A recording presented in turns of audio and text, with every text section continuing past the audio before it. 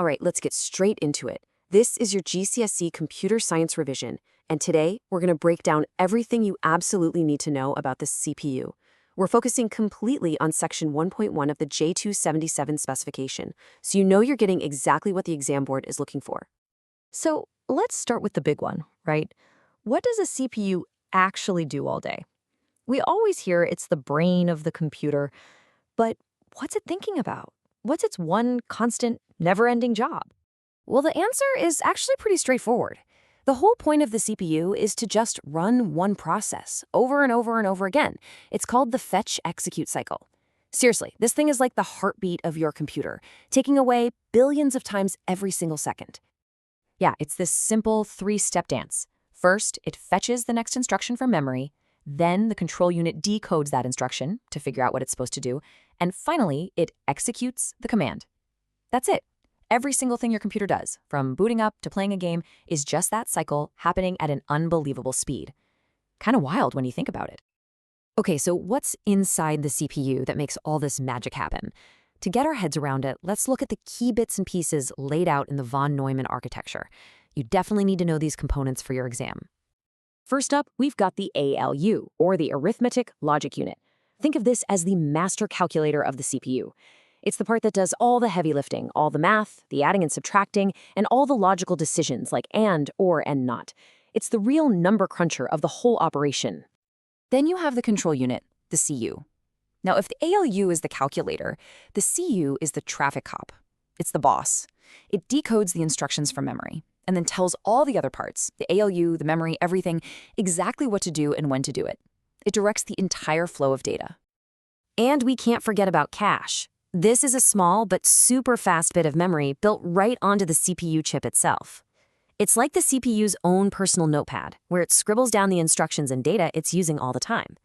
This means it doesn't have to go all the way to the main memory, or RAM, which is much slower. It's all about speed. Okay, even closer to the action are these tiny, lightning-fast storage spots called registers. If the cache is a notepad, registers are like the single word the CPU is thinking about right now. They are absolutely crucial for the fetch-execute cycle, and for your exam, you need to know 4 of them, and they're very specific jobs. Now look closely at this, because this is a really important distinction for your exam. See how the program counter and the MR both store an address? Think of it like a postcode, telling the CPU where to find something. But the MDR and the accumulator, they hold the actual data, the thing itself. Knowing which holds an address and which holds data is a classic exam question, so make sure you've got this down. All right, so we know what's in a CPU. But why is your friend's gaming PC so much faster than your old laptop? What makes one CPU better than another? Well, the specification is super clear here. There are 3 big things you need to know that affect performance. And those 3 things are clock speed, cache size, and the number of cores. Let's quickly break down what each of these actually means for how fast your computer feels. First up, clock speed. You've probably heard this measured in gigahertz, right? Well, it's basically the speed limit for the CPU. It's how many fetch-execute cycles it can run per second. So, a faster clock speed means more instructions get processed every second. More instructions means, well, a faster computer. Simple as that. Next, cache size. We just talked about this, right? The CPU's personal notepad. A bigger cache just means it can jot down more stuff, so it spends way less time going to the main RAM to find things. That waiting time really adds up, so a bigger cache can make a massive difference to the overall speed. And last but not least, the number of cores. A core is basically a whole processing unit on the chip, so having more cores is like having more brains working on a problem. A single-core CPU can only do one thing at a time, but a dual-core can do 2 things at once. A quad-core can do 4. This is what real multitasking is, and it's why modern computers can handle having a game, a web browser, and music all running at the same time without grinding to a halt. Okay, so we've been talking about these powerful CPUs in our laptops and PCs, but what about all the other computers in our lives?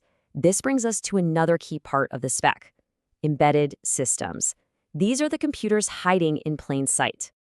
Right, so an embedded system isn't like your laptop that can do a million different things. It's a computer system built for one specific job inside a bigger machine. Think about the computer in your microwave. Its only job in life is to control the cooking time and power. That's it. It's a specialist. And they are absolutely everywhere. In your dishwasher, your digital watch, your car's engine, you name it. They're usually really small, don't use much power, and are designed to just do their one job reliably for years. For the exam, you'll want to have a few examples up your sleeve and be able to describe these features. Okay, deep breath. We've covered a ton, so let's bring it all home and focus on the most important bit. What do you actually have to know for the exam? Honestly, this is the key to smart revision, knowing what to focus on and, just as important, what you can ignore. It cuts down on stress and makes sure your effort is going in the right place. So let's get specific. So here it is, your ultimate checklist, straight from the spec. You must be able to explain the fetch execute cycle. You need to know the roles of the ALU, CU, and cache. You have to know what the MAR, MDR, PC, and accumulator are for, and that crucial difference between an address and data. You need to explain how clock speed, cache, and cores affect performance, and finally, you've got to be able to talk about embedded systems. If you can tick off every item on this list, you are in great shape. And now for the good news. Here's what you can safely ignore. The specification is really clear on this. You do not need to memorize the step-by-step, super detailed process of how data gets passed between all the registers. Phew. Just focus on what each register does, not the complicated journey the data takes. And there you have it. That's everything you need to know about the CPU for your GCSE revision. We've hit all the key points from the spec. So I'll leave you with this final thought. We now know how these tiny, dedicated, embedded computers work. Where do you think the next one is going to pop up and completely change the way we live? Thanks for tuning in.